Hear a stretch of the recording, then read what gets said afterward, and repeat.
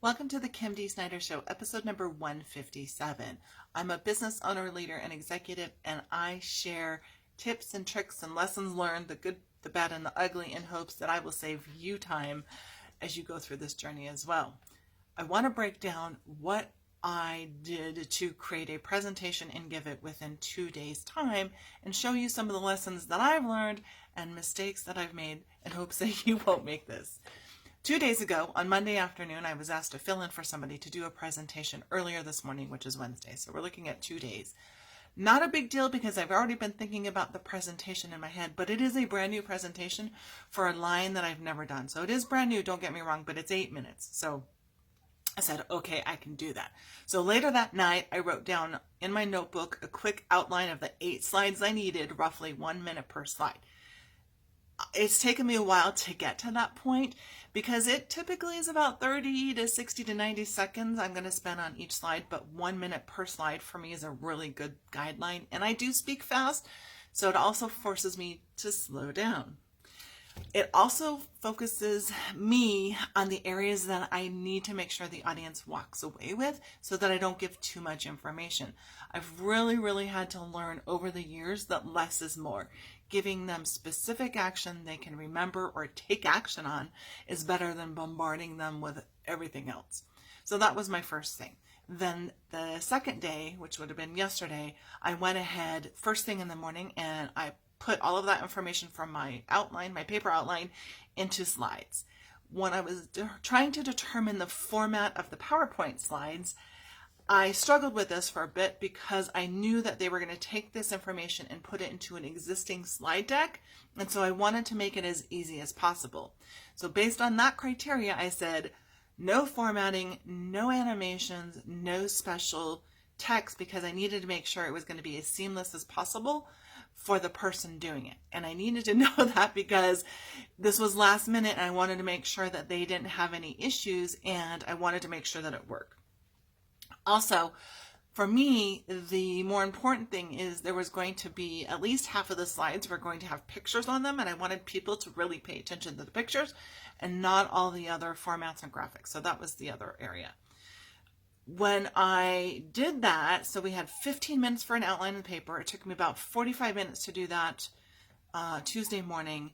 Then it took me about 45 minutes to go through all my personal pictures and my business pictures probably took me an hour to pull the ones aside that I needed to, so just create a small subset. Then I went and there was some break in there and some work, and then I got back to it, and it took me about 2 more hours finally at the night to pull the pictures in, put them where I wanted to on the slide, go over the format of the presentation. I did a couple run-throughs in my head and flows. And I had 11 slides, and I said, oh, that might be okay. I'll make it work. And it might have been not. I don't know. But what I did do is I sent off the slides in PDF format and PowerPoint format to the person that needed them. And I was pretty happy with that. So the day of the presentation, which was today, so last night I also printed out all of my PowerPoints and I made my additional notes on them while it was fresh, the things I wanted to highlight, and I was good. Now, this morning when I went to go present, I was ready and I went off. So gave my presentation, was really happy because I shared some stories or little snippets, and that's been something that I've been working on because I tend to just tell facts all the time, and so I want to tell stories, and so I was happy with how I had done that. I was really happy because I had made a couple connections that only seem to come up when you're doing a live presentation, and connections or phrases or whatever. And I was really happy with the connection that I had made in telling those stories. What I didn't do that I wish I would have done is, I don't know why I didn't do this, but I do typically record myself because I want to hear what I say and I want to capture those things that I didn't realize I was saying. And 2, I didn't start my personal timer, which I normally do.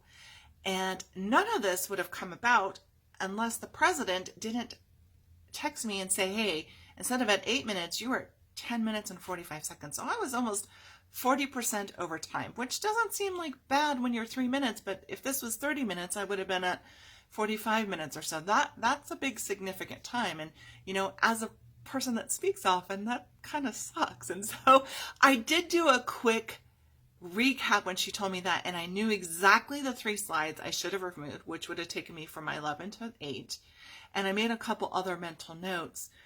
But I said, oh, this is a great lesson because this is somewhere that I could have done better, and I'm going to recap it. So I've spent about 60 to 9 minutes recapping it and organizing it in a way that's going to be useful and more easier to follow. So I wouldn't have spent this much time recapping if it was for myself, but I wanted to share this. So if they didn't text me that, I wouldn't have known.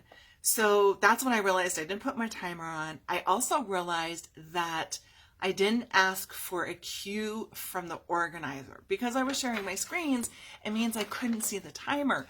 And so in the past, I've asked for people, hey, give me a mark when I'm 50% through and when I'm 75% through, because I know in my head where I need to be at those presentations. And I didn't do that either. So my 2 fail-safes that I typically do, I didn't do.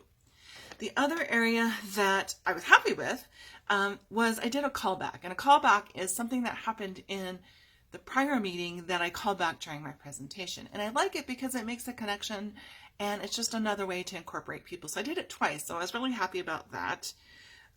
What I could have done better on, and I still was struggling with this, but I needed to send the presentation off, was my call to action at the end. All I did was kind of list out the services for this new area, and I had no call to action. I could have said at the end, if you want more information or you have questions, type yes below and I'll reach out to you. I could have said that, but I didn't. I could have said, call me with questions. I could have done anything. But I didn't do a call to action. Now, what I can do, because I did do an interactive piece, which I almost always do interactive piece. So during my presentation, I had an interactive piece that I had them go out to a website and just test the process to see how easy it was. And it probably took about 15-20 seconds. I had them come back to the chat and type in yes. So that was good. I was happy with that interactive exercise. I could have thought about that at the end. And I didn't. But what I can do, because the people typed yes before, I can go to the chat and just reach out to them and say, what questions do you have? Happy with the interactive. Not so much with the call to action, but I can learn. What I also did is last night, I also quickly prepped about 2 to 3 questions about here's common questions that are asked. So I had those in the bank if I needed to, so I could fill in to give people an idea. What I have done as well sometimes in the past is I will reach out to people in the audience and say, hey, can you ask this at the end to get questions going? So sometimes I'll see the audience depending on the presentation. That's my lessons learned for this presentation. I hope it was helpful. Please type your questions below wherever you're watching or listening. And for the show notes for this episode, go to kimdsnyder.com/157.